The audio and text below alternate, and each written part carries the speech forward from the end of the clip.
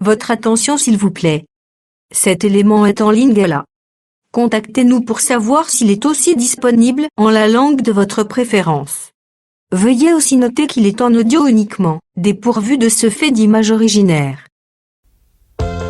S'il t'arrive, lorsque tu lis la Bible, tu es troublé par des questions du genre « qui, quoi, quand, comment, où et pourquoi ?» Alors tes réponses sont ici.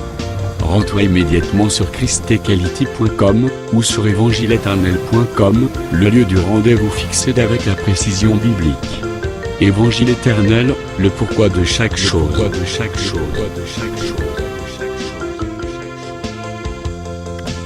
Pour nous encourager à continuer à vous servir, nous ne vous demandons pas grand-chose, sinon de souscrire à l'une de nos YouTube channels qui correspond à votre version linguistique. Souscrivez s'il vous plaît. La rubrique Pasteur et présente aujourd'hui l'homme de Dieu, le bien-aimé, le pasteur Bruno Kabunda. Recherchez-vous les enseignements du pasteur Bruno Kabunda? Allez sur christequality.com/brunokabunda.html. Les enseignements sont disponibles en texte, audio et vidéo. Bonne édification au nom de notre commun Seigneur et Dieu Jésus-Christ. Amen. On va aller dans verset 1. Nous allons moquer à Kotanga à Liboso, qui est à 19. Qui nous a zoomé dans Liboa. Après ces choses, Dieu mit Abraham à l'épreuve Sima na makambo oyo Nzambe atiaki Abraham akati na komekama et lui dit, pe alobi na ye Abraham, et il répondit, Abraham pe ayanolaki mais voici, ngai oyo Dieu ngo Nzambe alobi prend ton fils, zwa mwana no moko ya mobali ton unique, moko ya likinda celui que tu aimes, oyo yo olingaka Isaac, Isaac va-t'en au pays de Morisha, kende mona mokili na Morija là offre-le en holocauste sur l'île de montagne que je te dirai. pe wana yeba kobonza ye kokaba ye na mbeka na moko na bangomba oyo ngai Nzambe na botalisaka yo. Abraham se leva de bon matin, Abraham atelemaki na ntongo moko sella son âne, akangaki punda na ye et prit avec lui 2 serviteurs et son fils Isaac. azwaki elongo na ye basali mibale mpe na mwana nde ya mobali Isaac. Il fendit du bois pour l'holocauste apasolaki koni mpo na kotumba mbeka et partit pour aller au lieu que Dieu lui avait dit. mpe akendeki mpo na kokende na esika oyo Nzambe alobaki na ye. Le 3e jour, mokolo na misato Abraham, levant les yeux, abraham atombolaki miso na ye vit les lieux de loin. mpe amonaki esika yango na mosika. Et Abraham dit à ses serviteurs, bongo abraham akoloba na basali na ye restez ici avec l'âne, bino botikala awa na punda, moi et les jeunes hommes, ngai mpe elenge mobali nous irons jusque-là pour adorer tokoyeba kokende kino kuna mpo na ntina ya kofukamela et nous reviendrons auprès de vous. bongo tokoyeba kozongela bino. Abraham prit le bois pour l'holocauste, abraham azwaki bongo koni mpo na kotumba mbeka, chargea sur son fils Isaac amemisaki mwana ne ya mobali Isaac, et porta dans sa main le feu et le couteau. mpe na loboko na ye amemaki bongo moto mpe mbeli, Et ils marchèrent tous deux ensemble. mpe bango nyonso mibale batambolaki esika moko. Alors Isaac parla à Abraham son père, na bongo Isaac alobaki na abraham tata na ye dit, mpe alobi mon père. tata na ngai. Et il répondit, bongo Isaac ayanolaki mais voici mon fils. ngai oyo mwana na ngai ya mobali. Isaac reprit, bongo Isaac alobaki voici le feu et le bois. tala moto mpe tala koni, Mais où est l'agneau pour l'holocauste? kasi wapi mwana na pase mpo na kotumba mbeka? Abraham répondit, abraham ayanolaki mon fils, Dieu se pourvoira lui-même de l'agneau pour l'holocauste.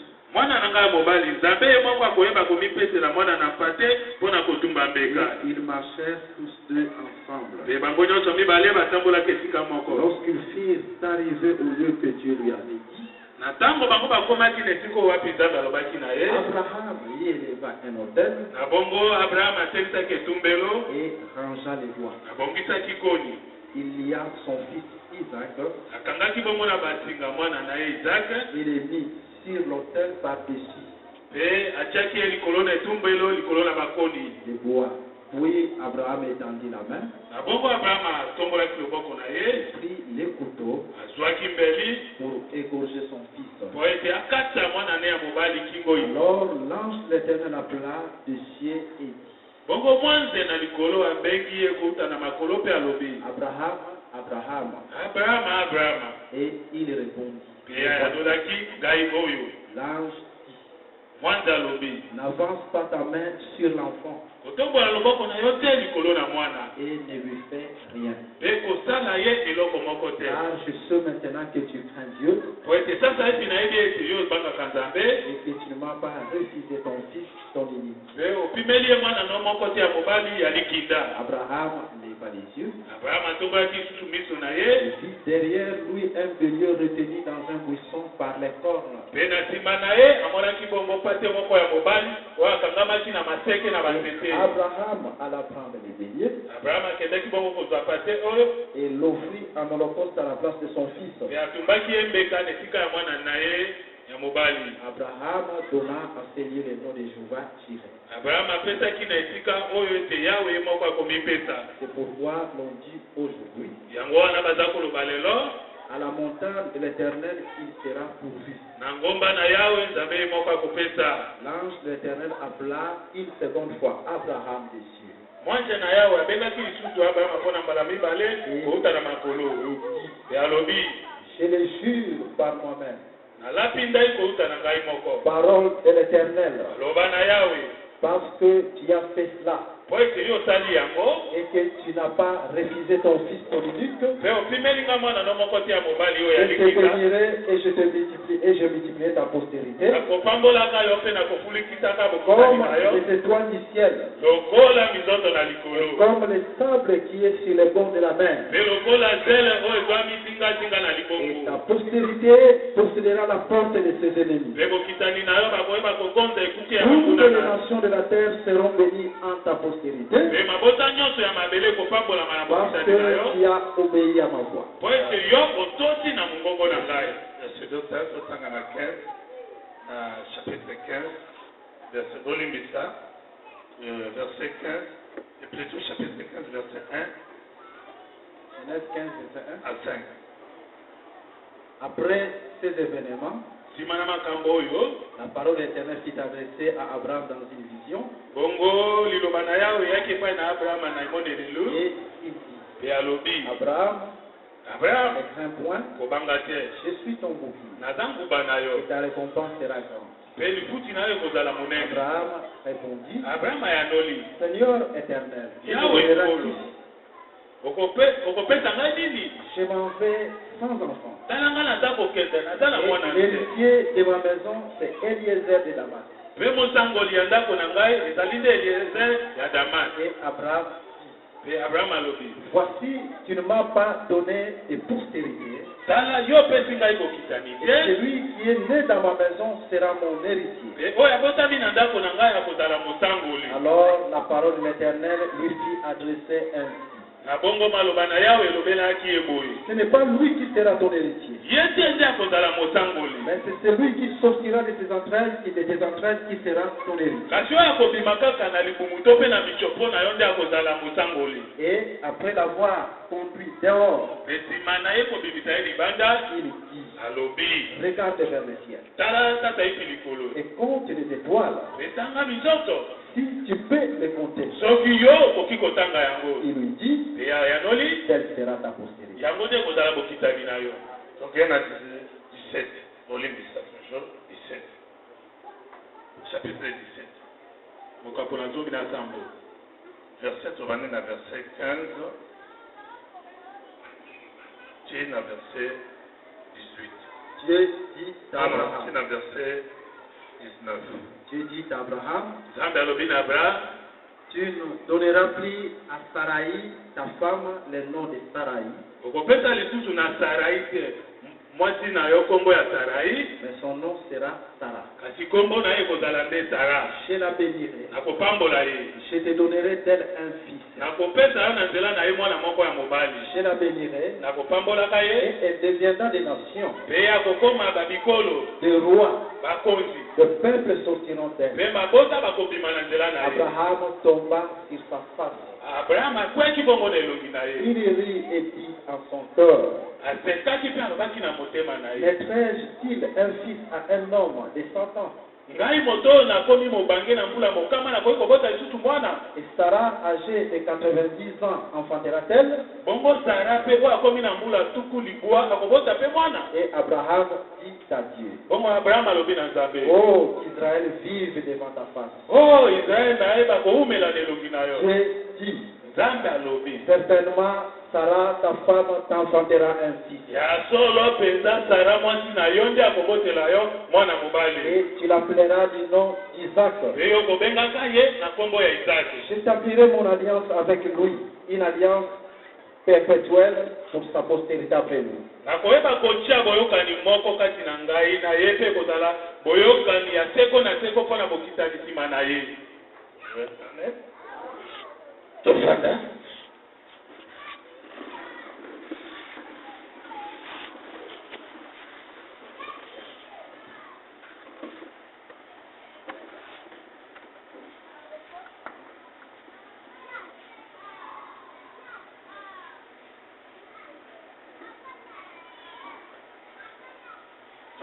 Pesi bino bonsomo te na kombo na Yesu. Polo apambola bino. Tozolobela atina na kondima tolobaki ete okoconstruire un peu d'exhortation na biso sur la justice de Dieu, sur l'amour et sur la foi. Aujourd'hui, Abraham, pourquoi? C'est parce que c'est lui notre Père dans la foi. Et tu veux vous soyez. Abraham, azalaki na mboka na ye, azalaki na baboti na ye, na bandeko na ye, na bato nyonso bazalaki na kati na ekolo wana.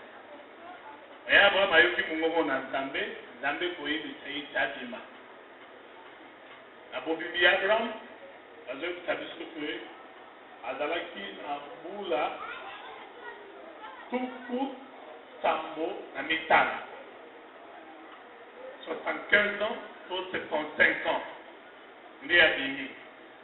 Mais ntango ya zobima, à chaque fois que Nzambe azoya kosolola na ye, Nzambe azoyisekaka likambo ya bokitani.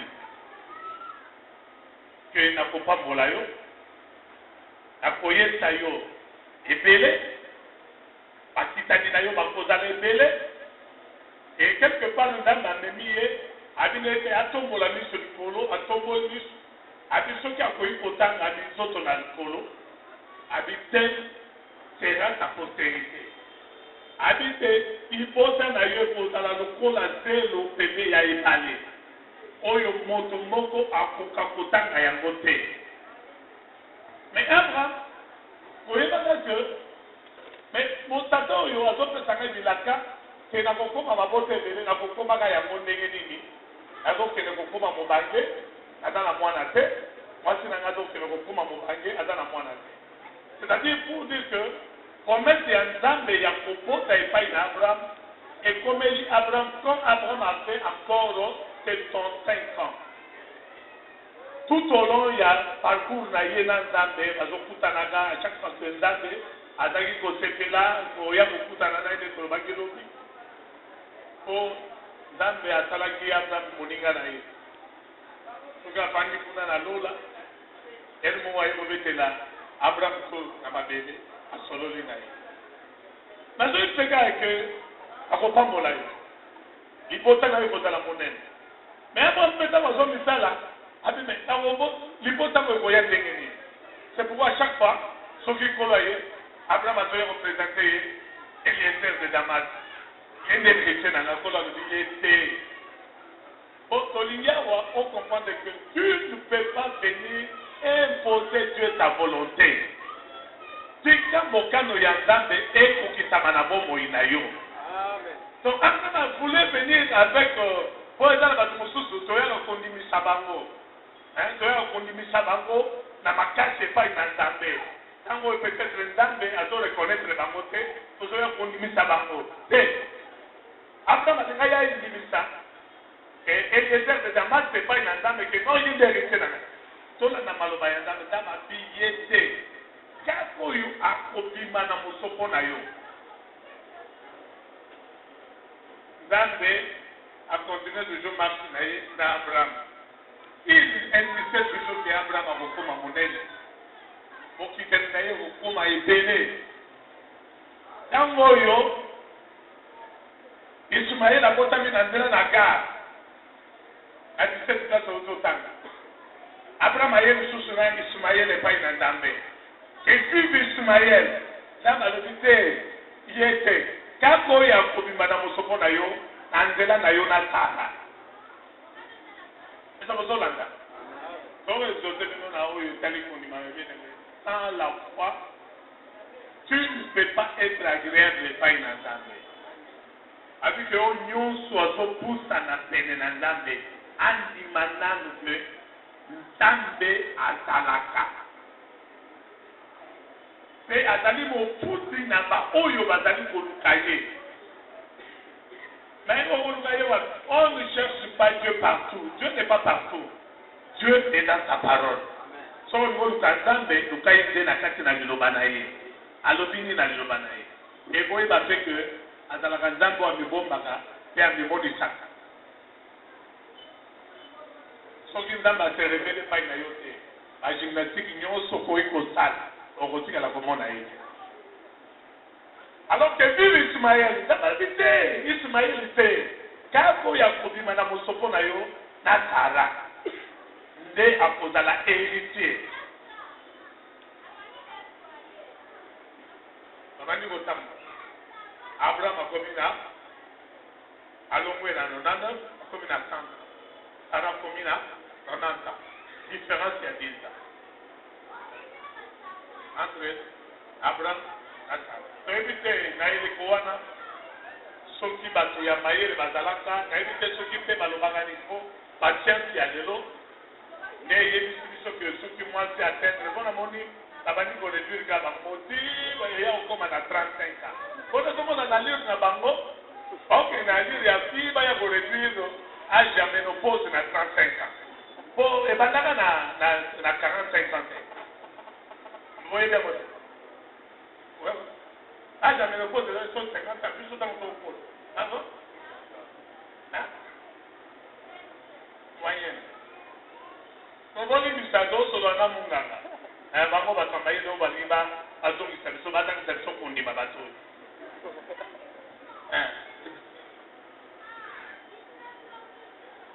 oyo tosala alobi wana eza moyenne mais kala biso ntango kokola avant yobana médecine biso bandaki koyoka age ya ménopause 50 ans etan biso tokokola wana yo nano bandi médecine te bino boyokaki yango te boyokaki otalaka ndenge bazoya azoya tozwa moyenne ya 50 ans soki mwasi atteindre 50 ans akoki sukobota te sikoyo bakiti ekomi 45 ans moyenne na 45 ans sikoyo lobilobi akoya kokita ekomi na 36 ans to 30 ans alingi alongola biso kondima biso tokopesa yo kondima abraham azalaki na 100 ans sara azalaki na 90 ans abotaki c'est pour dire que makanisi ya moto biso toboyama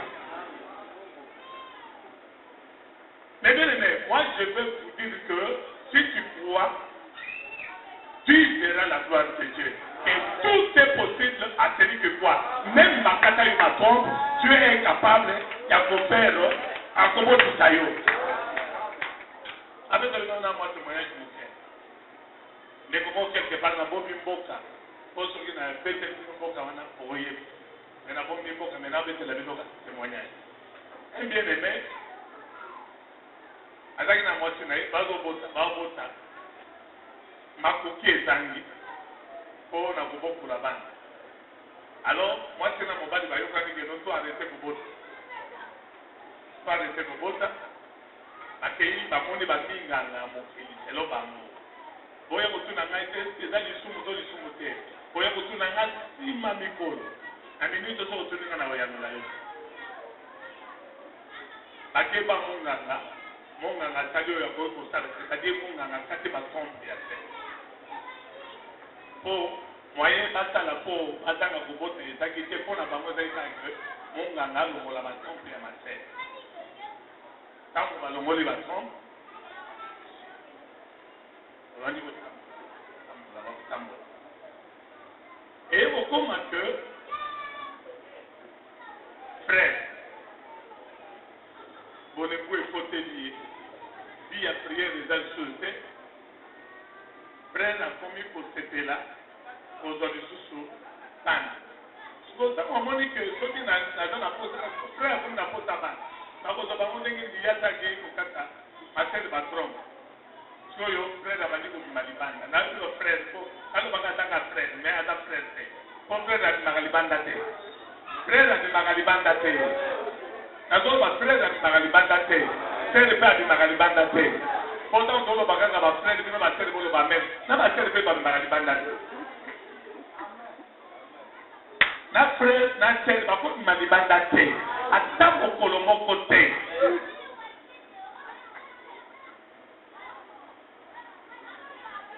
toloba nini il faut frère se réserve toloba kaka frère frère wana abandi kokende libanda mpo okenda koluka kobota ntango sere acomprendre que frère akomi ne na posa ya kobota kozwa bana ebeneme la terre akota losambo sere ake kotungisa nzambe sere abandi kosambela abandi kotungisa nzambe nzambe asala ti lelo asala nzambe asala que sere wana aconcevoir moto bakata batrompe Dieu a fait que sere wana aconcevoir. C'est pour vous dire mes bien-aimés, n'ajoutez pas foi à tout esprit. C'est-à-dire, que na âge à 45 ans, moi, ça peut vous dire, n'ajoutez pas foi à cela. Ajoutez foi à la parole de Dieu. Abraham a donné comme on en parle. C'est pourquoi, tant que Zamba Zoloba, Sarah Yoki, kuna na nsima azalaki asheki ati ngai akobotaka lisusu na nkolo na ngai atakomi ata nuni tokobotaka lisusu nzambe areprendre Sara alobi que il n'y a rien d'impossible à Dieu. Tu dois croire que si tu as Dieu, Dieu fera un miracle dans ta vie. C'est une apôtre. Moto bakata ye patron sera bota apota ndenge ni nzambe dakela moto même eza na biloko ya réserve pa ya nzambe bato nyonso biso lobaka tous déjà ici bamekola nzambe ntango bazosala mituka bazosala na pièce de l'échange eli koloba que quand Dieu appelle l'homme atali mpe na bapièce ya l'échange soko oyebebi azwa azongi oyebebi azwa azongi oyebebi azwa azongi oyebebi azwa azongi mpo aza nzambe amen. Ayez seulement la foi. Avant que Ozala Oyo Nzambe abengate Oyoka Mongongo ya Nzambe te. Mais ba Oyo so ba Yoka Mongongo ya Nzambe acha kondima na maloba ya Nzambe. Pe ba mona loboko ya Nzambe na bomo ina ba.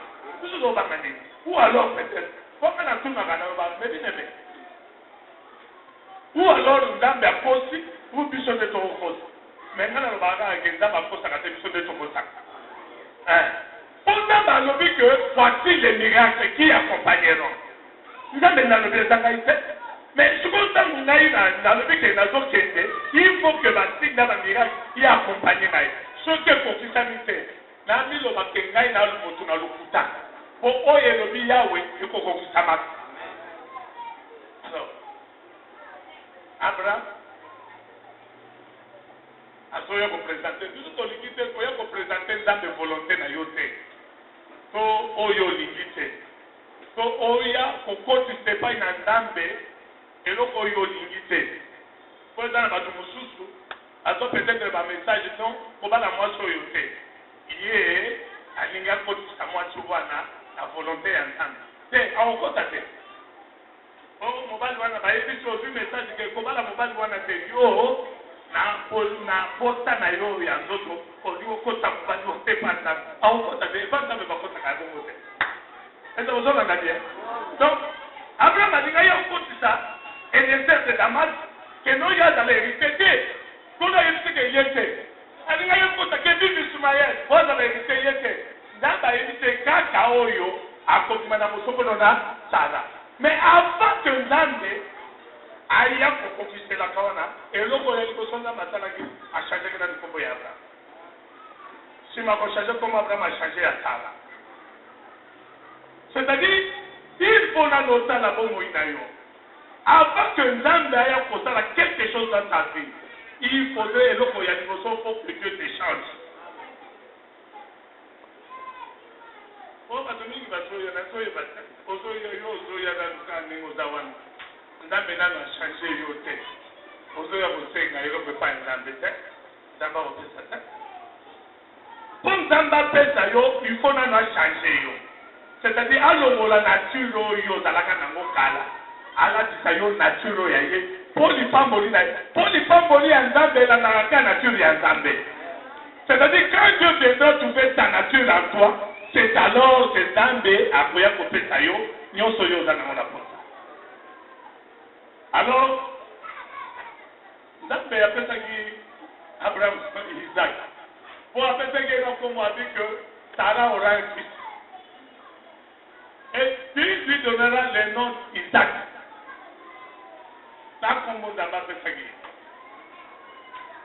abi Sarah kozwa mwana achange na kombo ya Sarah zaki Sarai ekomi Sara azwi mwana apesi abi mwana na kobota moko pese kombo ya Isaac mwana botami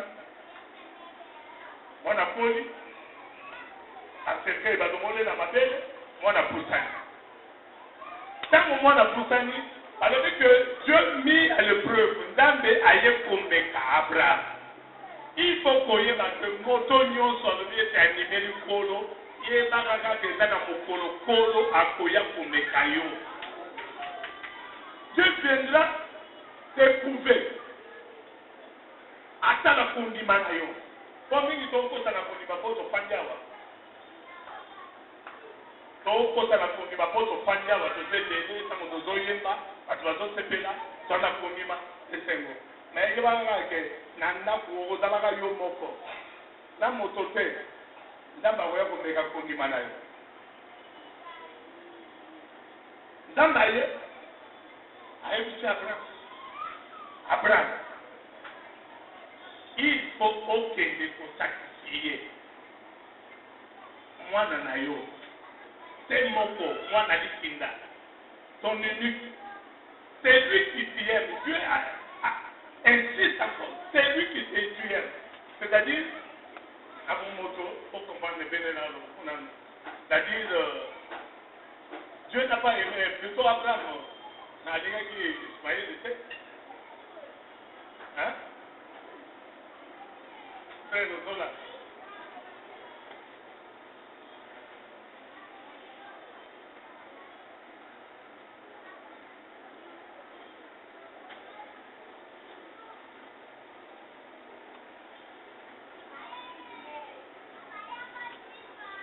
alors on dit que c'est lui que tu aimes ton unique donc c'est-à-dire Nzambe atikala komona Abraham na bana mibale te Nzambe amona Abraham na mwana moko c'était Isaac abi celui que tu aimes ton unique soko okende kobonzela ngai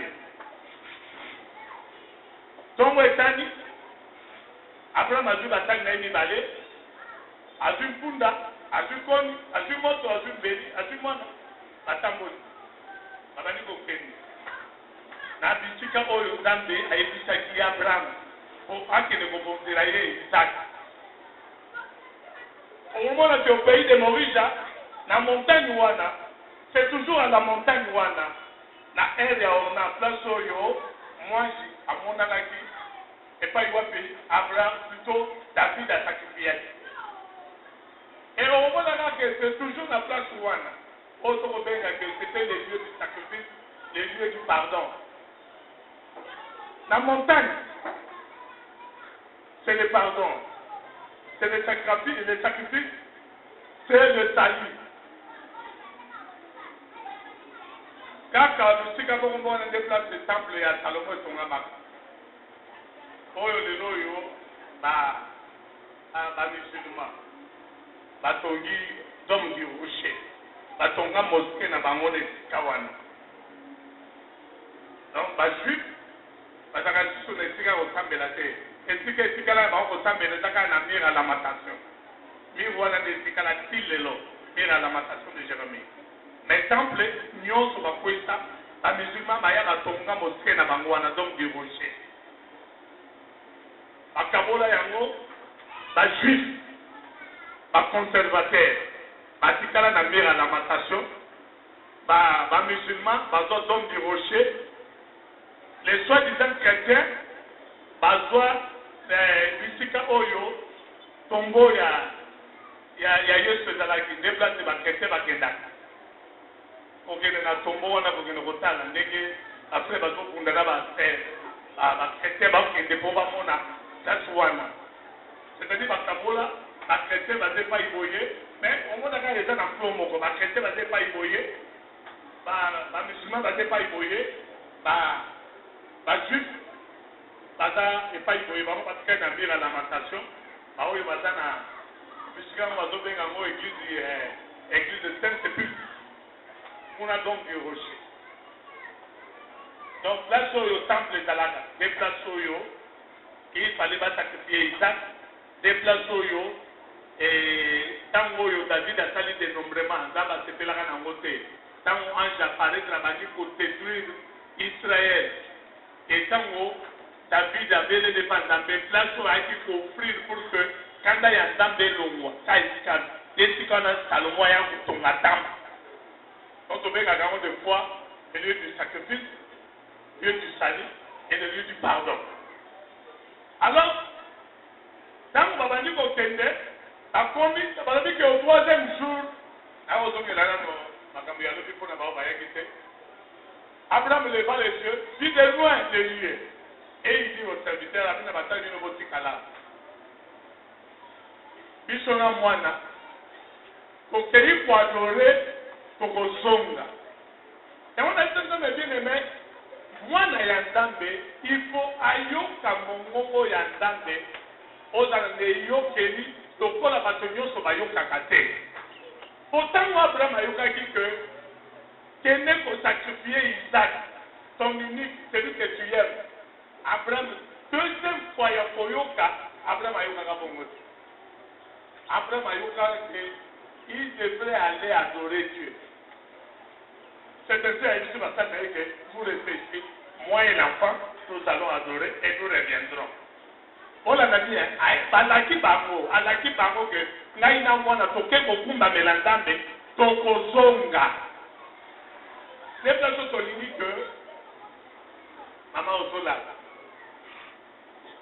Pourquoi? C'est la chose que c'est pas que frère, sœur Nangai. Chaque manayo na maloba ensemble. Ayebisi que ngai biso ngai na mwana toke ko adorer tokozonga bino ozela biso awa. C'est-à-dire Abraham partait avec cette fois que tous ceux qui ne pas adorer, attendent à Kangi Moana, attendent à Bobi Moana, mais Bishona Moana Troson, c'est-à-dire Abraham avait déjà en lui la pensée et la résurrection.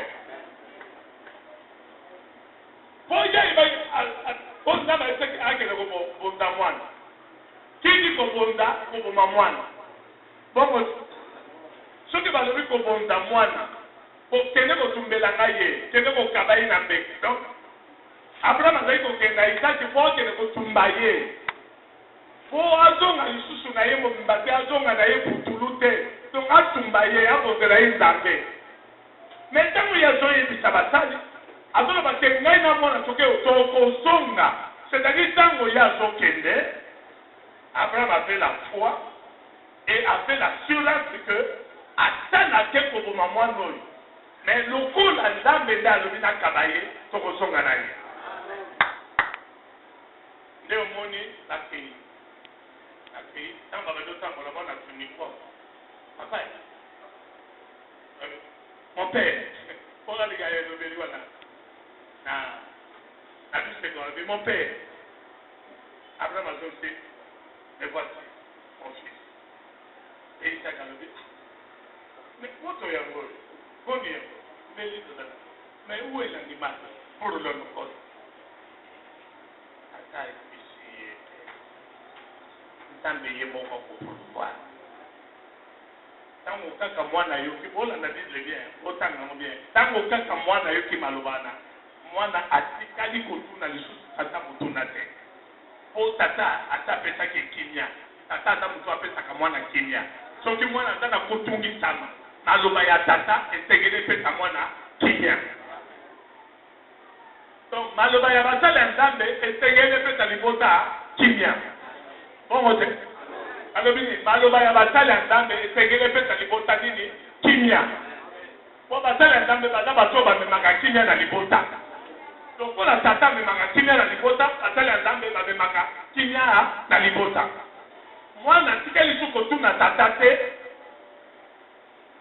ti bakomi na esika oyo nzambe alakisaki abraham abongisi abongisi ale azwi mwana akangi mwana singa azwi mwana amati ye na etumbelo me biso lobaki lobi ke mwana mpe akoki kotuna lisusu te me papa ntango ngai natundaki yo motuna ke tozokende koni yango oyo moto yango oyo mbeli yango oyo yo oyebisi ngai ke kuna nzambe akopouvoir me ndenge nini yo bandi lisusu kokanga singa ndenge nini okanga singa omatisi ngai lisusu na etumbelo moi je vous dis mes bien-aimés mwana amonaki na ndenge abraham abimisaki mbeli mwana amonaki po nayebi te docteur yepe ozolanda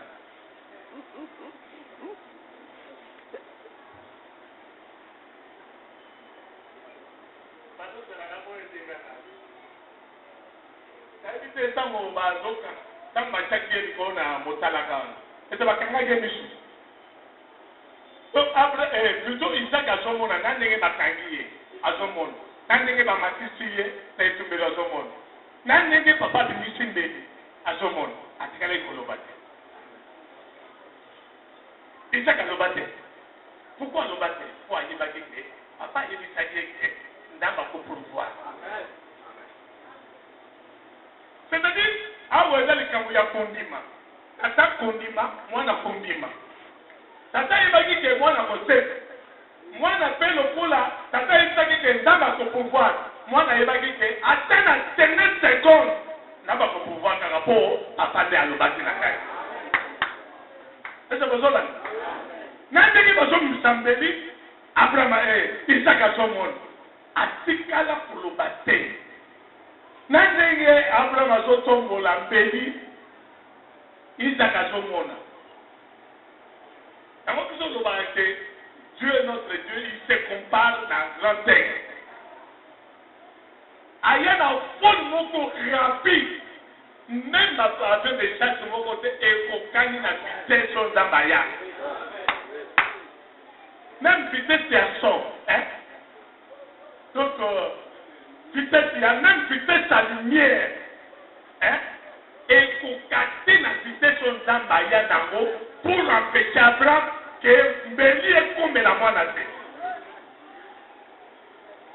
C'est pourquoi nous sommes dans le grand texte. Puisque nous faisons des condiments, il y a solo. Ata ozwami wapi yo moko, kondima wana esika yo te. Grand texte. Nyonso asala na biso alinga akebisa biso nzambe alinga akebisa so ozwi pasi. Il faut minimiser la souffrance. Minimiser la souffrance. Pour autant d'ensemble. Et oyo na seconde abongoli makambo nyonso.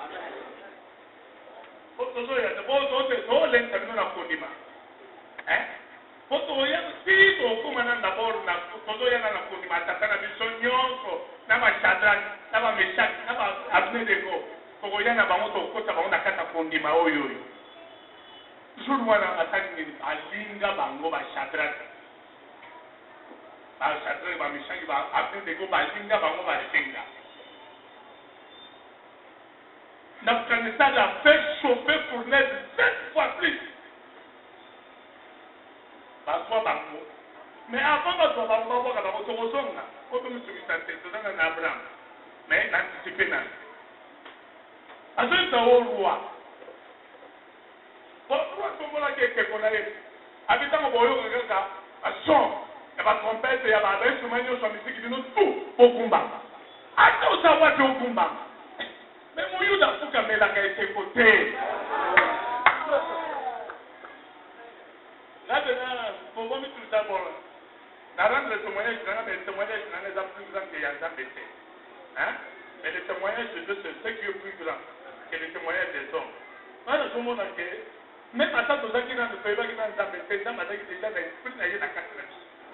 puis, nous avons dit que nous avons dit mission wanga na tangi ko premier na ngala mission wa elwana toma tango yo mobutu azovuma na nini na akitata bakotisi ba animation culturelle na bekolo na kamsala tout nous autres oyena d'abord avant sali au drapeau wana boyebi bomina moi na zalaka tobina te ataka chaque fois ko betanga webi biso kalabasika ko ye otomboli kaka toka na bamolea chaque fois bazalika kobetanga kaka po na banda bolingo bine biloko wana te aujourd'hui naye kocomprendre que paul alinganga afukamela moto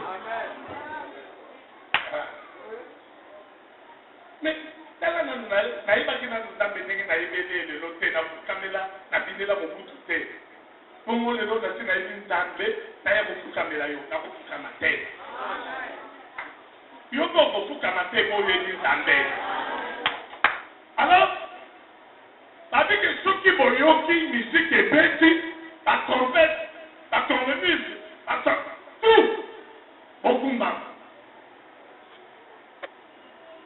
ebandi bato nyonso bakumbami rien bango bafukama te bayi kofunda bango epai ya kumu alobi ya boboya est ce que de façon délibérée ke bino bolingi kofukama te na abi au roi bato moko ya kanda au roi taki ke yo yeba ibo oyebisa ye ke yo yeba ke biso tokofukamela yo te nous savons que notre Dieu est capable ya kokangola biso na maboko na il faut tambola na kondima ke nzambe aza capable ya kobotola ye na maboko ya bonguna ata basi bakangaki yo bakeno na se na ebale Dieu est capable. Oyo aza na fungola eza nzambe. Okoki kokota na bisika na bawa te soki nzambe afungoli te.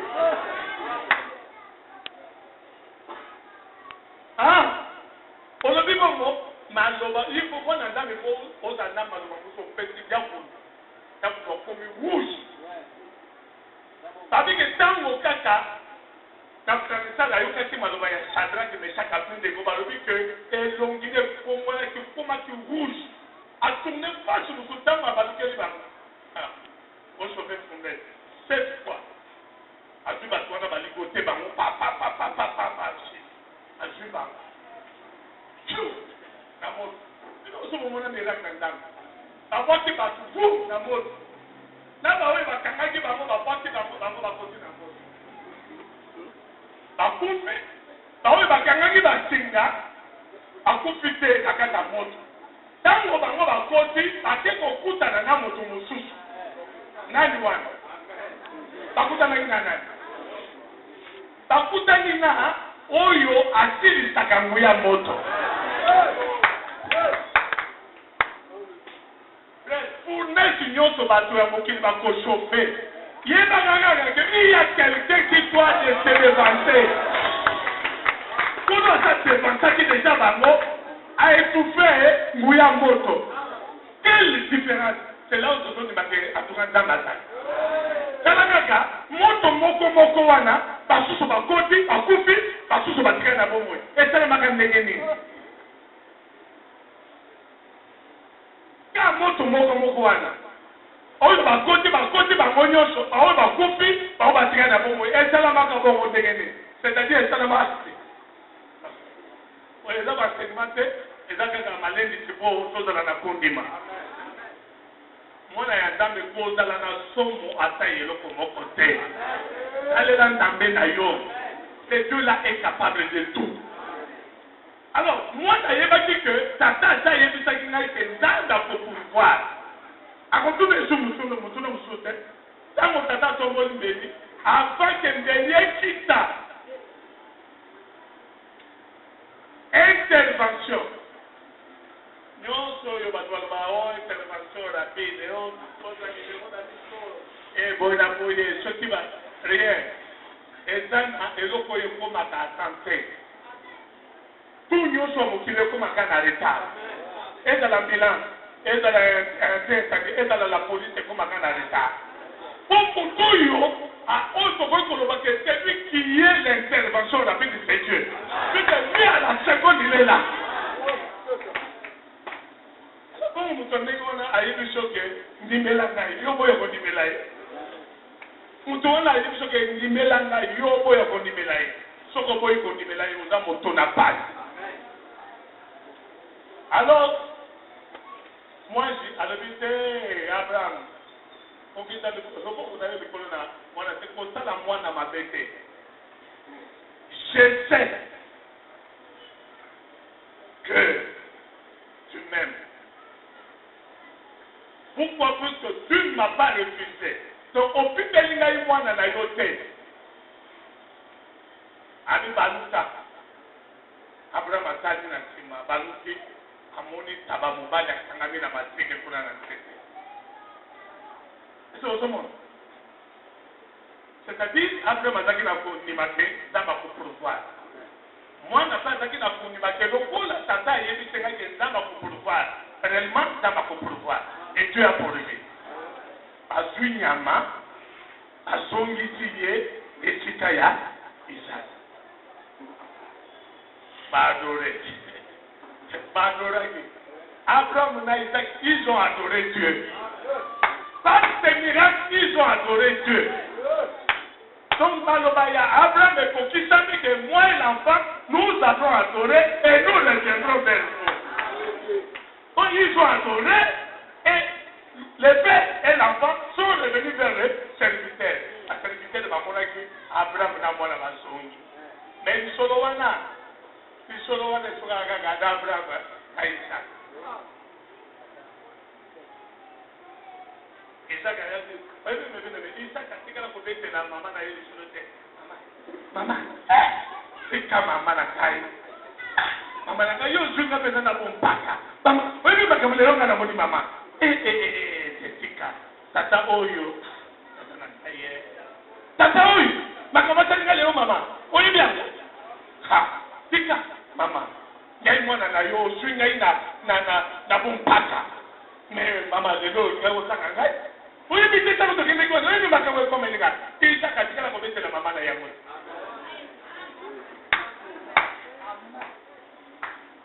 C'est là où on va rappeler que tout ministre de Dieu avec condom et ensemble.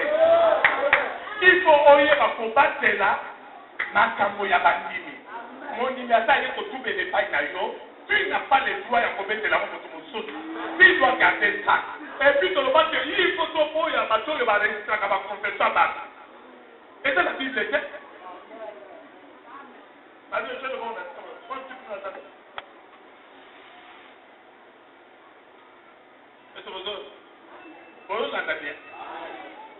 Un ministre de Dieu avec économie entendée. Tu ne peux pas divulguer une confession.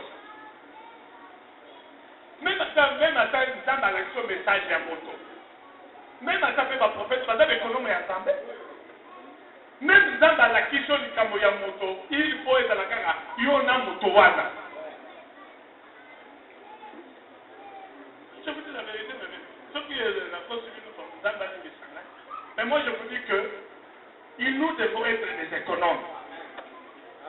Et la vie fait que pour l'autre soigne nayo, namoni likambo na yo namona songola yaka oyebi ye kuta zono baboye si namona kindoto na ye namoni aza bolumbu namoni makolongulu te oza économe ya nzambe soki nzambe alakisi il faut toyeba mpe pourkui nzambe alakisaka biso makambo ya bato estce eza kaka mpo na nini peut-être nzambe alakisi yo ngai mpo yozwa ntan ya kosambela mpo na ngai est-ce que tu ne peux pas te faire monter etat na ngai mpo osambela mpo na ngai mais nazotuna bino sekozala bongo te nzambe alakisi yo etat na ngai eza te mpo okende koloba ngo nzambe alobi na yo ke osambela nde mpo na ngai. Alors, pour continuer, alors toujours de la conduite. On dit Abraham, notre Père dans la foi.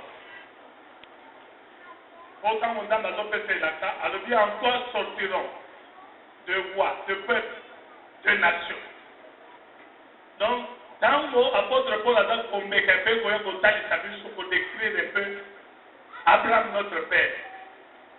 Abraham dit, la promesse est encore incirconcis. Dans mon âme a plutôt Abraham a la promesse n'est pas une âme. La kataka est dans nous. Donc la juif est là pour les circoncis. Avec un circoncis et la kawana nous sous pour la circoncis. Donc la katena Abraham a porté dans les alacs. Bikolo na Israël. Et puis, mes bien-aimés, pour ta la gaga, je vais vous dire que apôtre à Touchaga Momouké, la circoncision. Puisque Abraham était déjà vieux. Dans la naissance, il y a Ismaël. Enfin, dans la naissance, il y a Ismaël, il y a combien? En 90 combien? En naissance, il y a Ismaël. Pour tout ça, on va calcul. On a quelque chose dans le calcul. Peut-être dans le problème au Sungabiso. Puisque, dans la circoncision, Ismaël a 13 ans. Hein? Donc, on ressent la voix calculer qu'on fait terminer notre dans la dimanche. Au moment que Ismaël a déjà dans 13 ans. Déjà, dans d'autres cas, c'est 35 ans plus 13 ans. Et ça va combien? Il faut avoir 88 ans, Abraham a dit non. Moto ya 88 ans, balo banayi bakata yengenge. Mikolo nyonso bazaki na kati na ndako na ye, bakata bango ngenge. Bana nyonso babotamaki na eleko wana, bakata bango ngenge. Quelle souffrance na âge lokola ya moto ya 88 ans, bakata yengenge. C'est pour vous dire, mes bien-aimés, Dieu peut permettre la souffrance comme on a dit naïf. Mais il y a un côté, et son office, ça y est, tout est ça qui s'aille au condiment. Pourquoi tellement que Dieu est capable? Alors, toujours il y a un condiment, mes bien-aimés, nous voulons faire des assemblées de saints. La communauté des saints, communauté, moko yamate juste, les gens qui ont l'amour et les gens qui ont la foi. C'est ce qu'on s'appelle là. Quand le Fils de l'homme viendra, trouvera-t-il la foi sur la terre? Et l'amour du plus grand homme, c'est le foi de la Polingo Yakatouébele et Okita. Et nous avons des choses que Polingo qui s'attachent à pas de comme le nez. C'est bien, mais la ministre, on a eu une fascinée et une sangade de beau, nationalité qui va pas chiner en nez. Tokutanina minyoko ndenge na ndenge, tokutanina bejesi ta ndenge na ndenge, totikite kaka lelo rien atikata. Alors mes bien-aimés, pasi ekokako sala te que yo tikatela na nzambe minyoko yoko ekokutana nango yeba ngake ezali nzela polo abongi. Encore un grand miracle. Israël a dit balobi que 40 années a été sauvé. Avec que ça passe na bango et tika la robeba. Mais puis on va savoir que ça na mo yo ka te ça les bambula. Mais parce qu'on va faire ça quand il est sauvé 40 ans quand on a ça passe moro wan. Et tika la robeba na bakolo. Ça c'est miracle et la manière est ça la 40. On se va ta lobi osufoli, lobi osufoli, otani na mo lobi osufoli otani na mo. Et ça la 40. ekoma te ekosila mai ekolema ti yango moko epasi. C'est pour vous dire que Dieu est capable. Soki nzambe ase ache. Soki nzambe asalobi mpo na yo asalobi. Moto moko akoki koanile volonté ya nzambe likolo ya bomoi na yo aza te. Ata bato bazoyeba tekile oyo nzambe ese komama me bazwikaka yango te. Oyo nzambe asalobi mpo na yo bandoki basangana, bandoki bakota complot ndenge nini bakolonga yo te. Bayeba asaleli Daniel complot, asaleli Daniel complot azwi ye bake kobwake na likulu ya bakosi. Mais je vous dis que Dieu est capable de tout. Ata babwaki yo na likulu ya bakosi nzambe mokeli na biloko nyonso na banyama izolu lolo na balion te basala eloko moko te balion basimba Daniel te.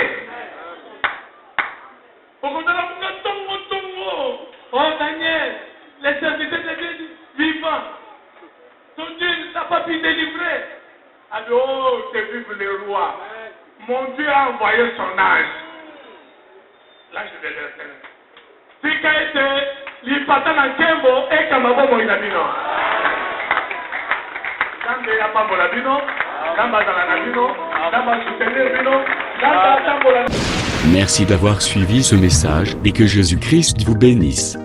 Si vous avez une question à l'intention de l'homme de Dieu, si vous voulez que l'homme de Dieu prie pour vous, si vous voulez vous confier à l'homme de Dieu, ou si vous voulez tout simplement bénir l'homme de Dieu, contactez-le directement si ses coordonnées sont disponibles depuis sa page. Sinon, contactez-nous et nous lui transmettrons vos préoccupations. N'oubliez pas de faire un tour à notre page évangélisation pour voir en quoi vous pouvez vous rendre utile à Christ par cette œuvre. Que Dieu vous bénisse tous. Amen. ChristQuality.com. Les cieux en un clic de la souris. Évangile-éternel.com, le site de l'évangile éternel. Christ et Quality Fondation, équilibrer la manne ramassée dans le désert de sorte que chacun ait un numère.